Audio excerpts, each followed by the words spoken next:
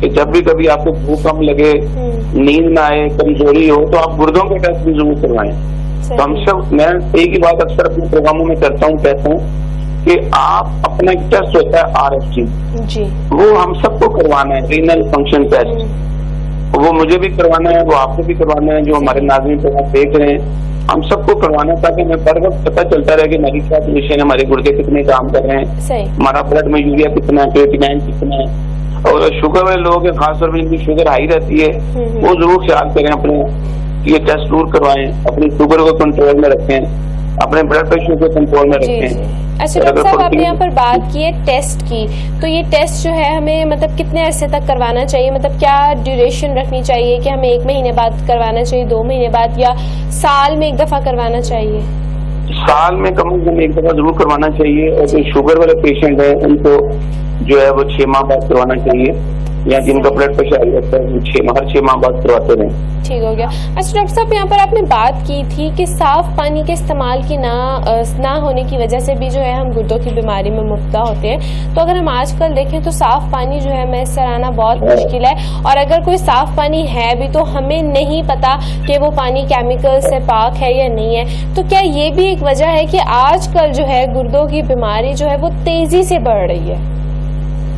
ایسے ہی ہے جی, یہ جو گردوں کا میں مسئلہ جیسے ذکر کیا میں نے, کہ ابھی 90% لوگوں کو پتہ چلتا ہے, پتہ ہی نہیں چلتا ہے جب ان کے گردے ختم ہو جاتے ہیں. تو یہی وجوہات ہیں.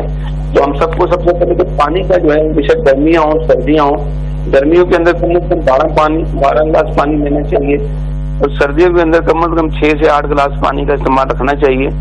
کوشش کریں ہم پانی ابال لیں, ضروری نہیں کسی کمپنی کا ہی لیں, بے شک گھر میں فلٹر لگا ہو, فلٹر والے پانی کو استعمال میں لایا جائے, اور پانی کو زیادہ استعمال میں لایا جائے. ابھی سردیاں جو ہیں, اصل میں سردیوں میں زیادہ مسئلہ آتا ہے ہمارے لیے. ہم نے جو اس پر ریسرچ ہوئی ہے کہ اس سردیوں میں ہم پراٹھے, انڈے, ڈرائی فروٹ اس کی طرف بہت زیادہ جا رہے ہوتے ہیں, کافی کی طرف, لیکن ہم پانی کم کر لیتے ہیں.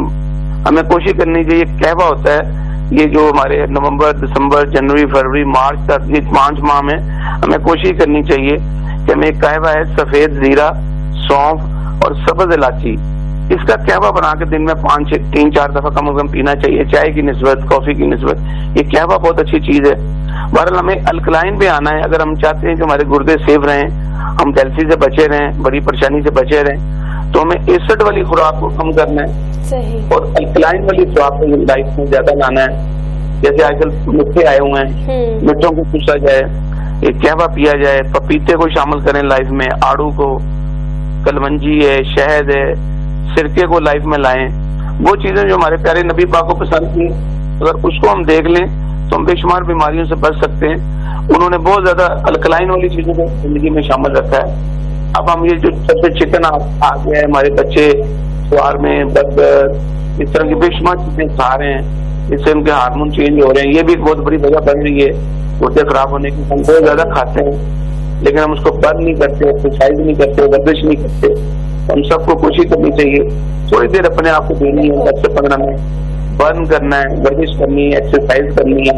ابھی موسم بہت اچھا آ رہا ہے دسمبر کا, اگلے چند ماہ بہت اچھے ہیں جس میں آپ ستمبر, اکتوبر, نومبر میں نہ زیادہ گرمی نہ سردی ہے. یہ اچھے مہینے 3 ماہ کوشش کریں کہ 90 دن ہم نکلیں گھر سے باہر, جوگر پہنا کریں, ٹریک سوٹ پہنے, واک کریں, تاکہ ہمارے جو گردے ہیں تاکہ جو مزہ آتے ہیں اس کو کریں. اچھا ڈاکٹر وقار, یہاں پر میں آپ سے پوچھنا چاہوں گی ڈائلیسس کے پروسیس کے بارے میں. سب سے پہلے تو مطلب بہت سارے لوگ ایسے بھی موجود ہیں جن کو نہ تو ڈائلیسس کی زیادہ نو ہاؤ ہے, نہ ہی ان کو یہ پتہ ہے کہ مریض کو اس ڈائلیسس کے لیے مریض کا مطلب ابھی یہ اسٹیج ہے کہ اس کو ڈائلیسس پہ لگایا جائے یا پھر نہیں. اس کے علاوہ لوگوں کا ایک بہت ڈر خوف بھی ہے, پھر ایکسپینس کی وجوہات بھی ہیں. تو اس حوالے سے آپ اس پروسیس کو مطلب کس طرح سے ڈیفائن کریں گے کہ کون سی ایسی اسٹیج آتی ہے جہاں پر ہوتا ہے کہ اب گردوں کو جو ہے وہ ڈائلیسس کی ضرورت ہے, اور اس کے علاوہ یہ پورا پروسیس کس طرح سے ہوتا ہے؟ دیکھیں جی, بلڈ کے اندر میرے اور آپ کے بلڈ میں خاص فاصل مادے ہوتے ہیں جن کی مقدار ہوتی ہے. جیسے سیرم کریٹینائن ہے, اس کی 0.5 سے لے کے 1.3 تک ہونی چاہیے. اسی طرح بلڈ یوریا ہے, اس کی 10 سے لے کے 50 تک ہونی چاہیے.